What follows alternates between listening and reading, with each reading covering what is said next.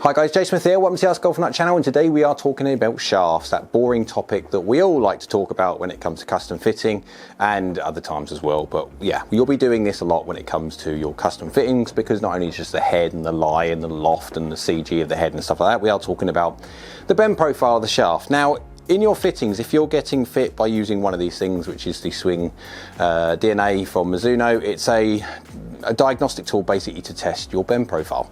You do a certain amount of shots, it's measuring how you offend the shaft, how you bend the shaft in certain places, and then it sticks it up on the screen. Now, it enables basically fitters to narrow down the choices of shaft very, very quickly, rather than doing what we used to do, bumper car fitting. It's kind of, you go boom, boom, boom, boom, like that kind of idea, where you go from extreme to extreme to dun, dun, dun, like that. That's the whole idea of bumper car fitting. It just takes all of that out of the equation, and you got that idea.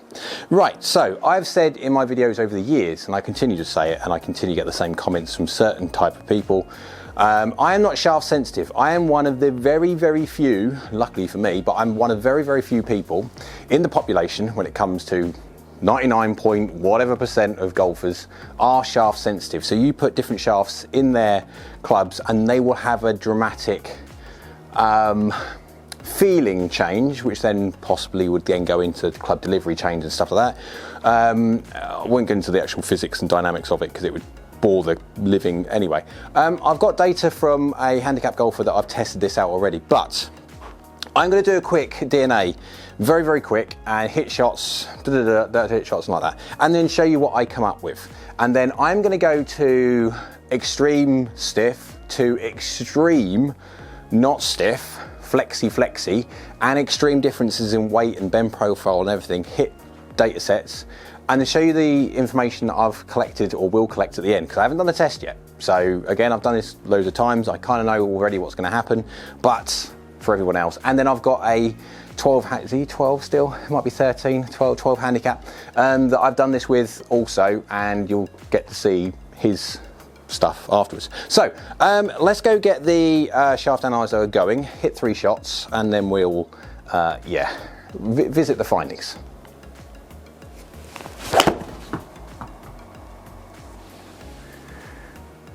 I'm aiming left.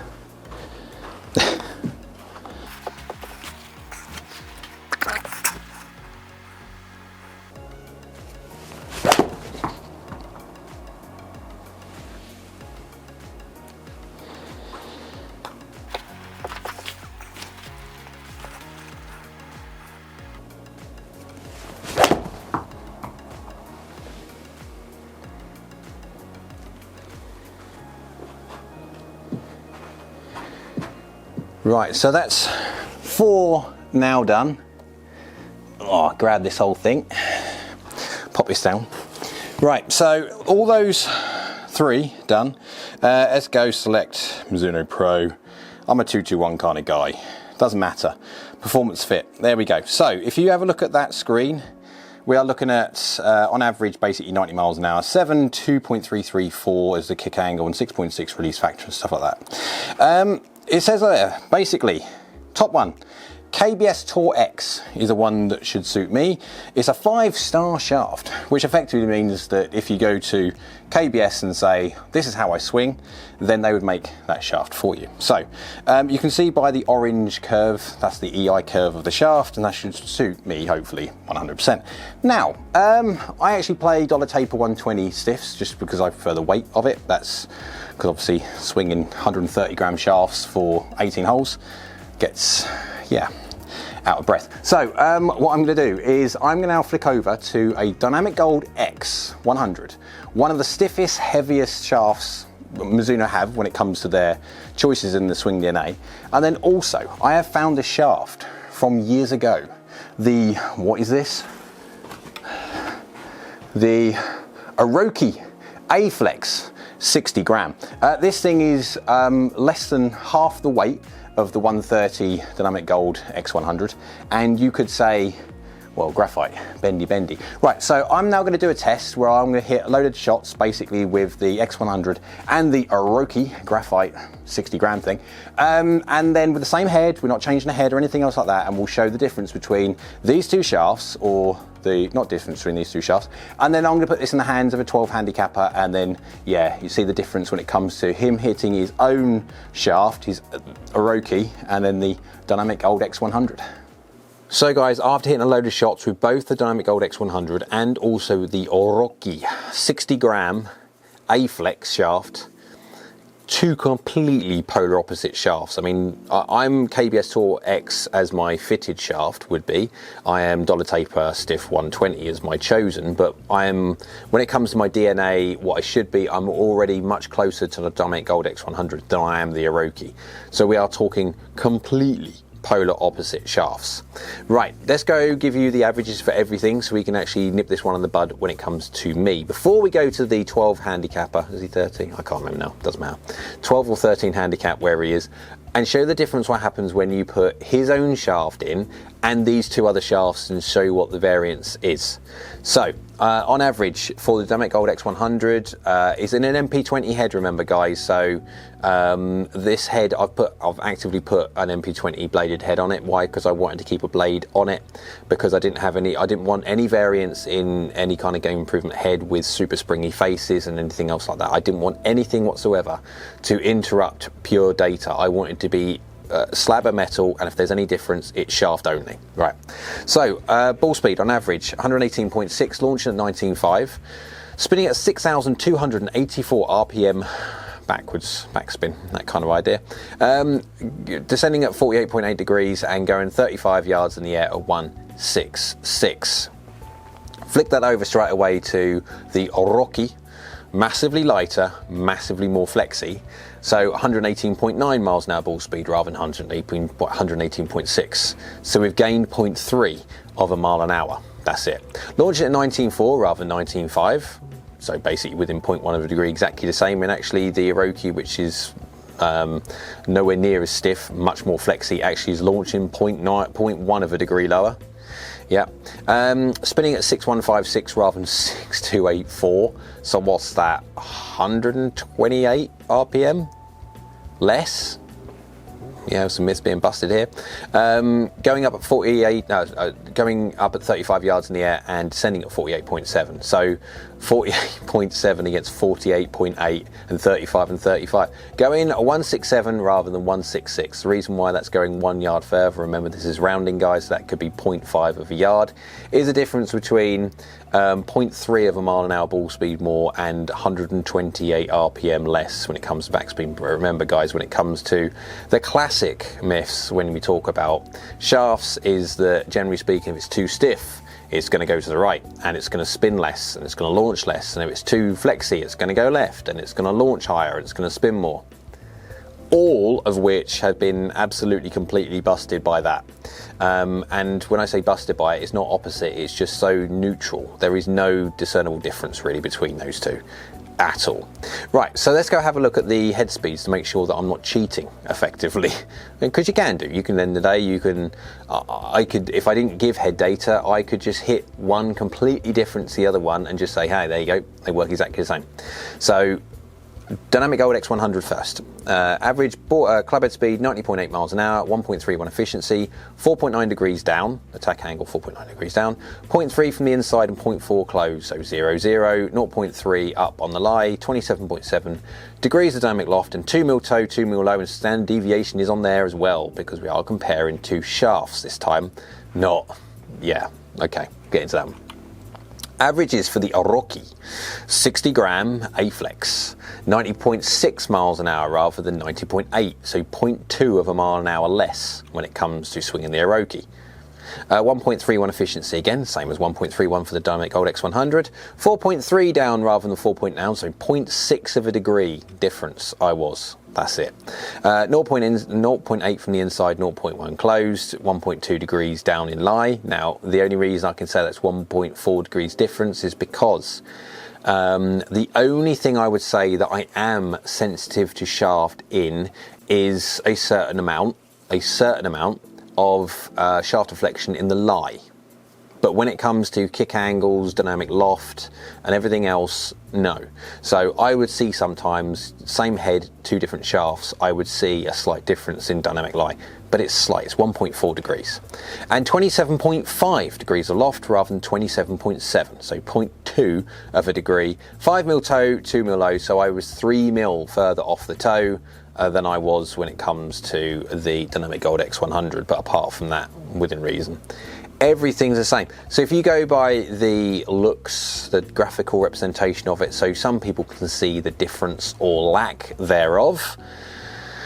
You can see there within reason everything is blooming identical. Now I'm not saying in any way, shape or form that shaft does not matter. Shaft matters massively, and if you look at the entire amount of people that I custom fitted for or even done any kind of coaching with where we had any form of changing of shaft for an experiment or change something like that, I can count on this hand.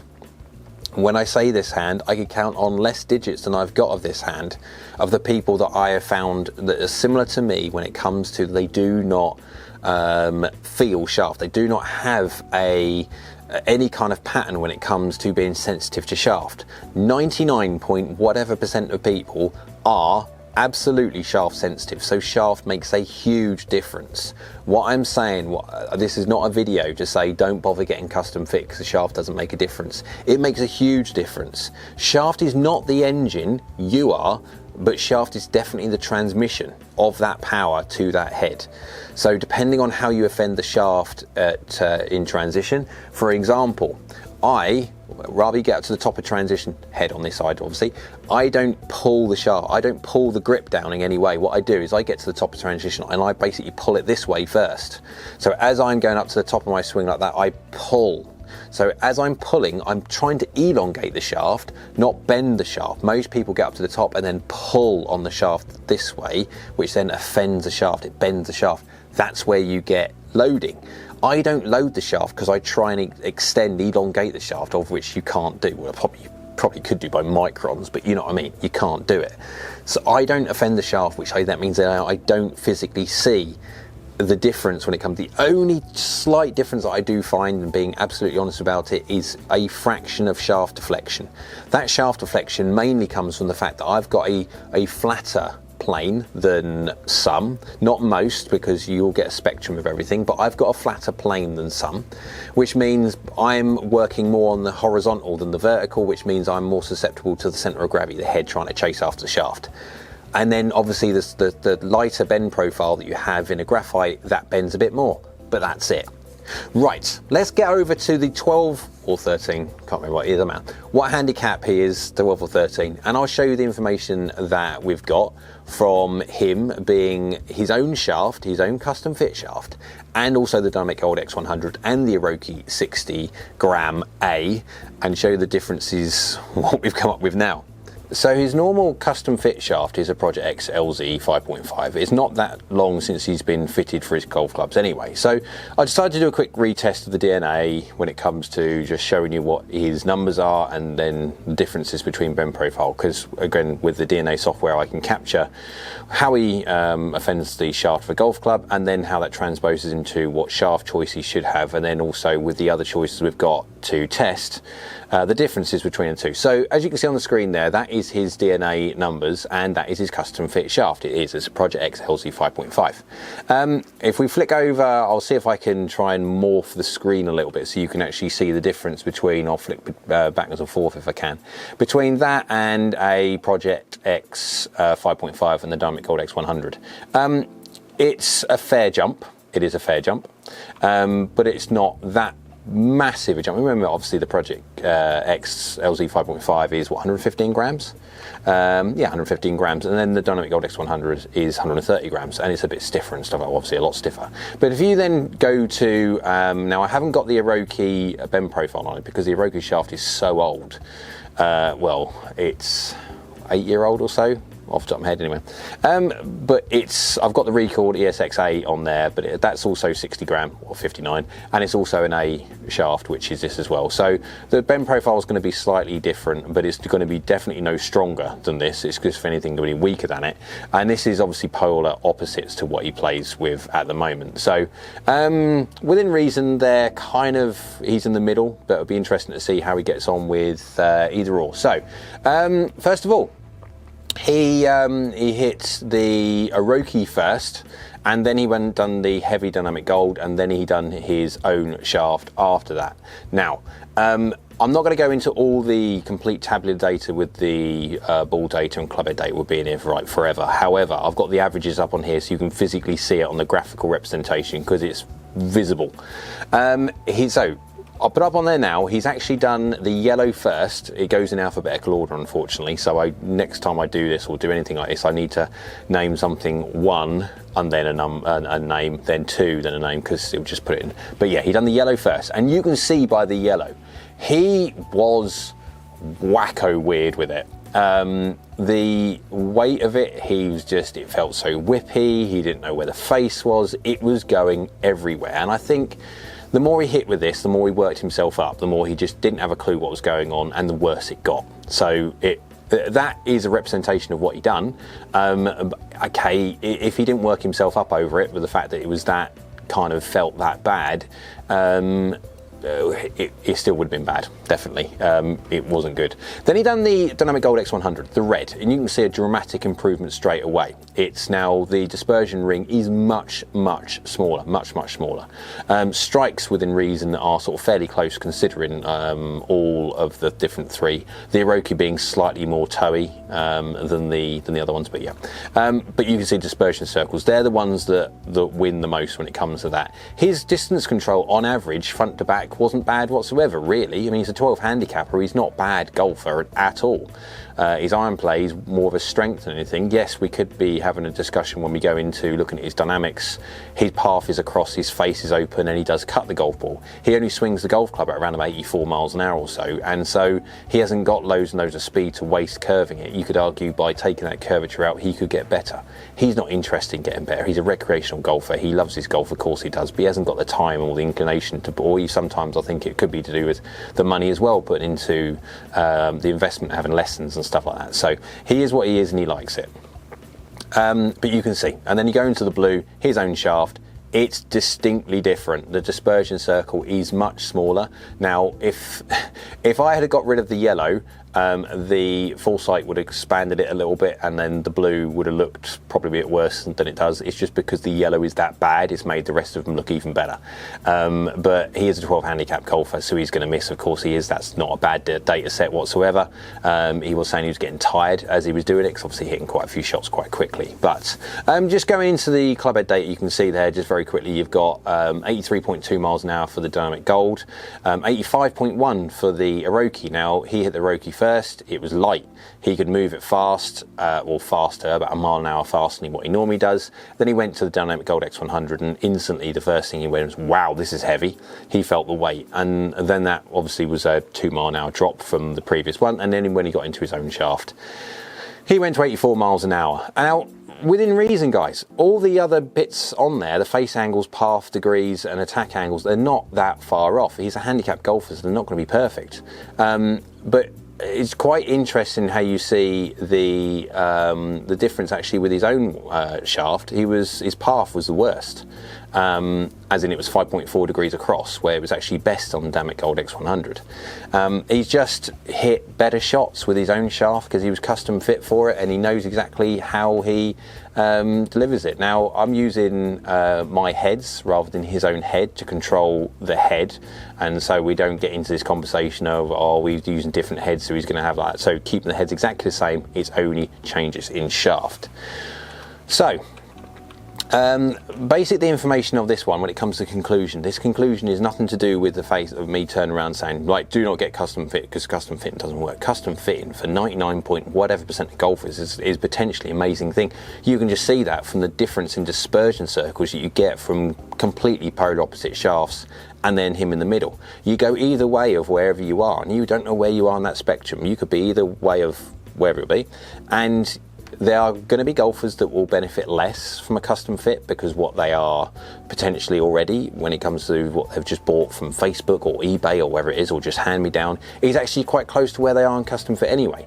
But you're equally going to get the ones on the other side of the spectrum who just buy those ones on Facebook or wherever it be, or hand me downs from dad, and they are so far out from the spectrum of where they need to be, changing their custom fit or going to a custom fit head or shaft, sorry, and head, will make a massive difference to their game. Now, okay, there is this question mark over, I can't afford to get custom fit, golf clubs are expensive. They are.